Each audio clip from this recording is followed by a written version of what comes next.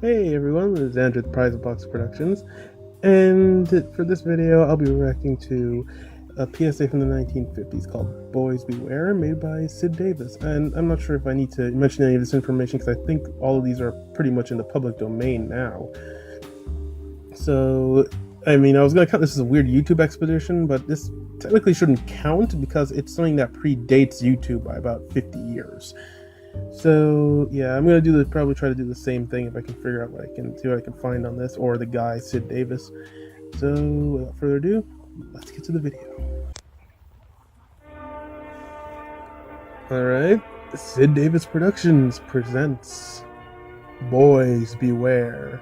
So what exactly will this be about? I mean, what are we boys supposed to be wearing? Produced to the Corporation of Inglewood Police Department and Inglewood Unified School District, or something of that sort.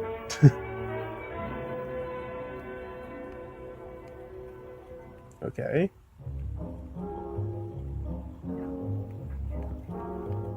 Oh, I like this. This is like standard 50s music. I mean, like for any neighborhood. Problem is, I don't think Inglewood would be associated with this music right now.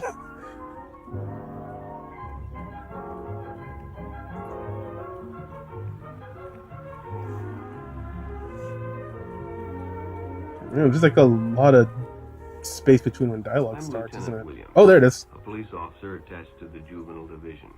I'm on my way to Monroe Okay. Junior High School to talk to a group of young people. That looks innocent enough, doesn't it? What? Lots of young people hitchhike. Seems like a good way to get from one place to another. That is not a good way to get from one place to another. I mean, considering how people have been kidnapped and killed in the past who were hitchhiking, that doesn't seem safe or reasonable at all anymore. But sometimes there are dangers involved that never meet the eye. Let's take the case of Jimmy Barnes. Jimmy played baseball all afternoon, and he didn't feel like walking home, so he decided to thumb a ride. I mean, it's pretty dangerous to be doing this. I mean, you don't know what's going to happen to you when you get in this car. The guy could just say, "Oh, hey, I'm going to take you home," and then speed past your house, and then there you are. You're now kidnapped. In fact, he seemed like a real nice guy. He asked Jimmy if he played baseball in the park often.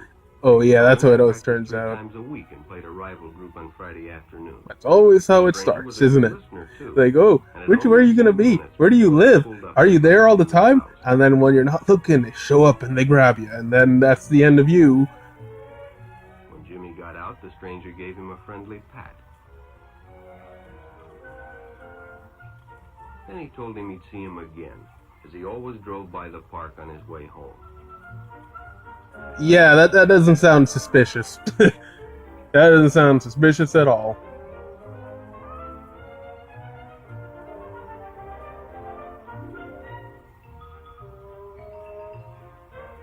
Sure enough. Oh, there he is. He was waiting. Yeah, that doesn't seem unusual. That doesn't seem unusual. I mean, an adult the guy you don't know just waits for you at the end of the day just to pick you up, take you home or something. Oddly enough, parents don't know. And the stranger treated him to a Coke. During their conversation, he told several off-color jokes. But Jimmy had heard others before, and, well, it made him feel big to so easily win the confidence of an older person. Where is this going, anyway?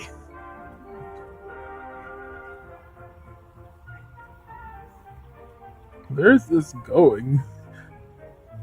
Okay. The following Saturday, they went fishing together. By now, they were using first names. Ralph said it was more friendly. Yeah, no, a lot of friends are older than me, and I was talking about that. I just use their first names. Jimmy hadn't enjoyed himself so much in a long time. What's your life like? Then during lunch, Ralph showed him some pornographic pictures. Oh, okay, that's okay. That's where you're not supposed to go. That is not where you're supposed to go with this. But, well, he was curious. What Jimmy didn't know was that Ralph was sick. A sickness that was not visible like smallpox, but no less dangerous and contagious. A sickness why? What is of the it? mind. You see, Ralph was a Okay. homosexual. Whoa, okay then. Okay, that's not what I meant when I was talking about what I said earlier. That is not what I meant. But it seems like Sid Davis here is getting homosexuality confused with pedophilia somehow. How does that? How do you even do that? Relationship with members And how? And what does he mean? What did they mean contagious? That's not how it. That's not how that works at all. Sex. But by now, Jimmy felt a fondness for Ralph, and they continued to go places together. Ralph was generous and took Jimmy many interesting places and did many nice things for him. Maybe you should be Bought presents and even gave him money. But payments were expected in return. You see, Jimmy hadn't recognized Ralph's approach. No, kid, run! When Ralph first asked Jimmy to go fishing alone, he should have discussed it with his parents or teacher. No, kid, you're underage! Just run! Finally, or Jimmy something. Told his parents, and they reported it to the juvenile authorities. Wait a minute. Ralph was arrested.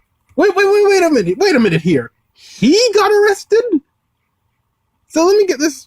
Wait. So let me get this straight.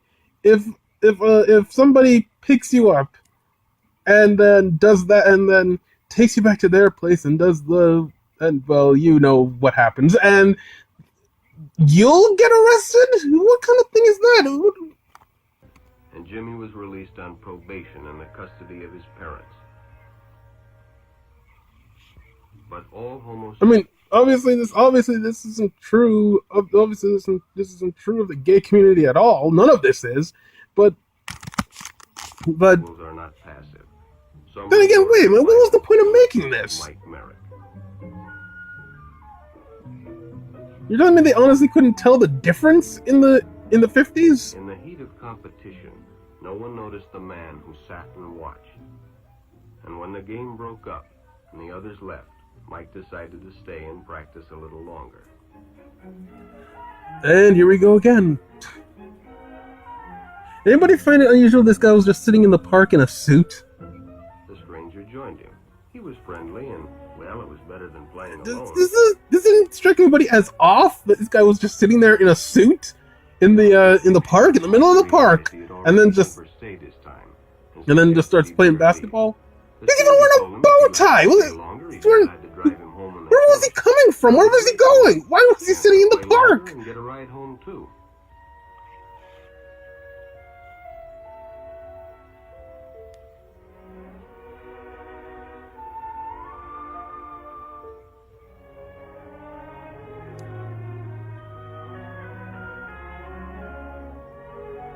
There's really something wrong with these special effects for some reason. Told him he'd make a fine player someday if he got lots of practice. The companionship, the praise, the friendly attitude dispelled any misgivings Mike might have had about going with a stranger. He probably never realized until too late that he was riding in the shadow of death. But sometime that evening, Mike Merritt traded his life for a newspaper headline.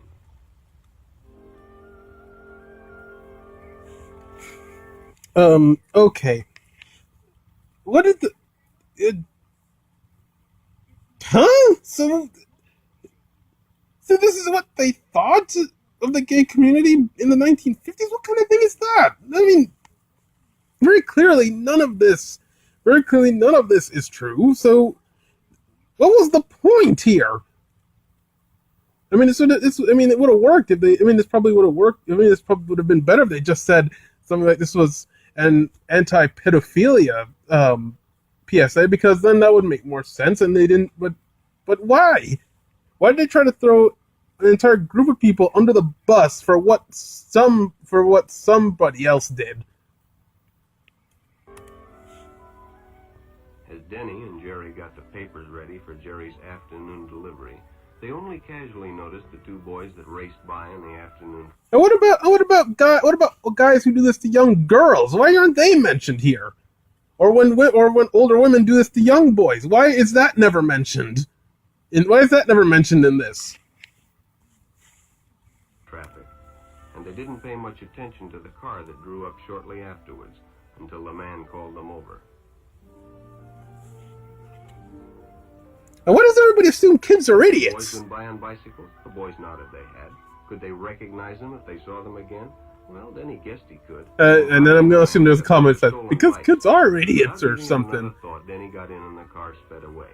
Jerry watched. But I like how, but it's really weird how they treat this as some kind of epidemic proportion thing that they need to create a public service announcement about it. When this probably wasn't even happening. I mean, well, it does happen, but it's not happening at such levels that it's like it's happening to everybody else or something. We've been told many times, if a friend got in a car with a stranger, to write down the license number. It didn't seem to apply, but, well, fortunately, he marked it down.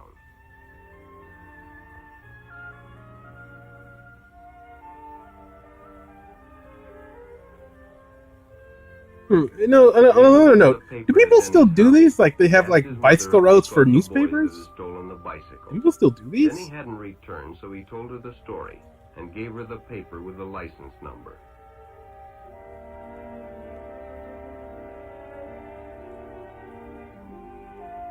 Being a careful parent, she decided to call the police.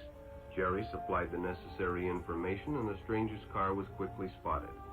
It was a good example of how important it is to always get the license number and description of any stranger who takes a young person off alone, no matter what they tell you.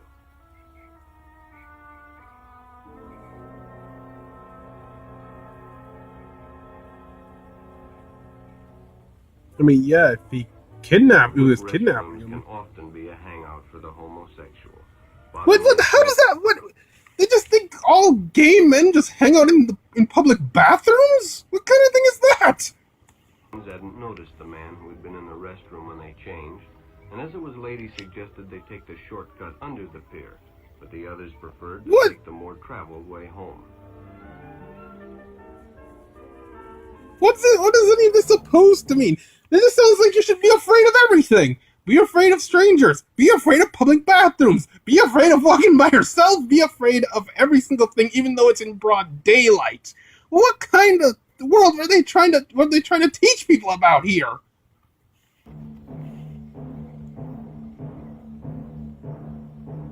I wouldn't be surprised if Sid Davis made a PSA called "Beware the Black Man" or something. I wouldn't be surprised. The man in the restroom. The shortcut under the pier didn't seem like a good idea at all.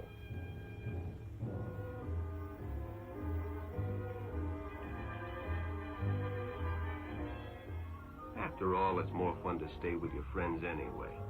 Bobby had made a wise decision. It may have saved his life. The decision is always yours, and your whole future may depend on making the right one. Where was he even going? Where you meet wait a minute! I just realized something.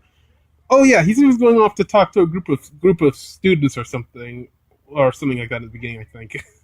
Because wait, and who was he? Was he just talking to himself this whole time? Was he just talking to himself inside this car? Stranger, be careful if they are too friendly. If they try to win your confidence too quickly, and if they become overly personal. One never knows when the homosexual is about. But this just sounds like you should be afraid of everybody!